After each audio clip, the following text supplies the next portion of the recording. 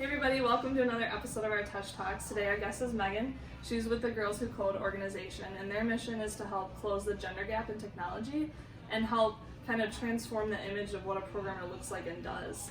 So tell us more about the program and a little bit of history around it. Sure.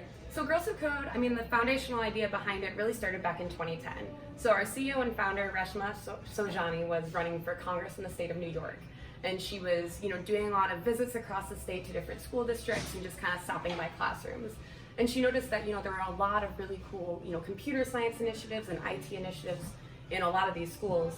But she was kind of disappointed to see, just how few women were in these classrooms. A lot of times there weren't any girls taking part in these activities, or if there were, there was, maybe one or two girls in a class of boys. So that kind of, got her wheels turning, got her thinking, why is there such a big gap here? And, why is that translating to our workforce where, there is this huge gender gap in technology and IT spaces? And so over the next 2 years, she was starting to do some research and development into, what's causing these problems and how do we target it? And in 2012, she was able to host our first ever summer immersion program. And that kind of kickstarted our organization, and we've grown into an international nonprofit since then. Awesome.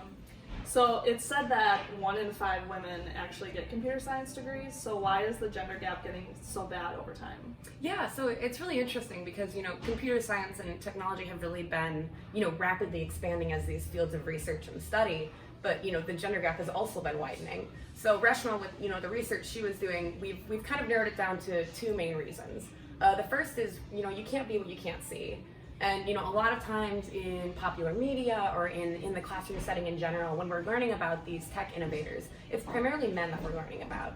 Folks like Elon Musk and Mark Zuckerberg and Bill Gates, there's these really inspirational innovators, but a lot of times girls can't identify that, and they're not identify with that, and they're not seeing a lot of role models that are really, inspiring to them and showing them that, this is a field they can get into and they can make a difference in.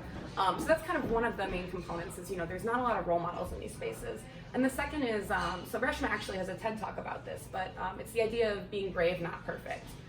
So a lot of times, in younger girls, we end up kind of instilling this belief that, just strive for perfection. And that's really great and can drive a lot of progress, but a lot of times it also ends up scaring girls away from trying new things that they might not be perfect at. This fear of making a mistake or a failure gets so ingrained that a lot of times for these fields like computer science and coding, if girls haven't had any background in that, they might not be wanting to get into it because they're worried they're going to make a mistake. So, what we're really trying to inspire girls to do is, not to fear failure and to see it as an opportunity to learn. And in a lot of these tech spaces like Silicon Valley, failure is a cornerstone of these industries where, you haven't really made it as an innovator unless you've had, 1 or 2 failed startups. So we're showing them that, it's okay to make mistakes, it's okay to try new things, and they should aspire to be brave, not perfect. Yeah, for sure. So you guys have clubs and college type programs and summer immersion programs, so can you tell us more about those? Sure. So the clubs program is really the bread and butter of what we do at Girls Who Code. So it's free coding extracurricular club curriculum, and it's targeted for 3rd to 5th and then 6th to 12th grade girls, meant to, be available to anybody. Anybody can lead a club, even if they don't have computer science and coding background. They can also be in a club with no background. So it's meant to, meet every age at, whatever level they're at in terms of coding experience. And it's meant to kind of hit on, we want to teach them more than just coding. We want to teach them skills like bravery and resiliency that they can use, even beyond their club time. We want to promote sisterhood, both with, girls within their clubs as well as, with our alumni across the country. And then we also want to teach them, that this has real world relevancy and impact. So it's really focused on them identifying a problem in their community and then designing a project and learning to code that project that targets that problem. So they have a chance to, hone in on something they're passionate about and see that they can have a real positive impact on it. Awesome. So you guys have sponsors and you have people host clubs. So what type of organizations or people do you look for to do those? Yeah, so really anybody is welcome to host a club, anybody over 18. So we have librarians host clubs, interested parents, community members. We've had college kids come in and lead them. Really all that you need is just a nonprofit space to host the club, which could be, a library or a community center or a school. and just somebody who can facilitate that club.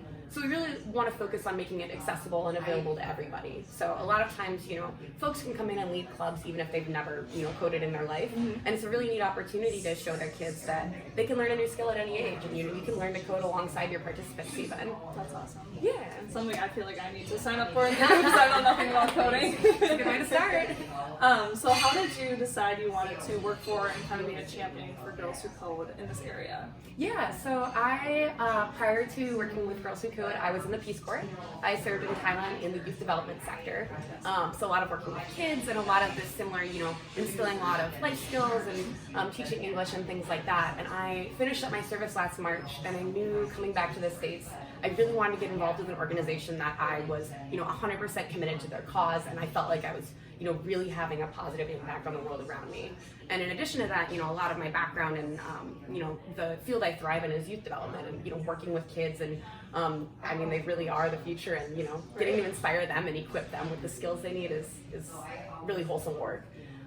So I am from the Madison area, and I was looking to stay kind of close by, but explore a new city. And I saw they had this opening in Milwaukee, and I had heard of Girls Who Code, but wasn't very familiar with the program. And it ended up being, the perfect fit. I absolutely love what I'm doing, and I love the work that Girls Who Code is doing. That's fantastic. Well, you're a perfect person to be in that role. So thanks so much for sitting down with us and telling us your story and more about Girls Who Code. Yeah, thank you. Thanks.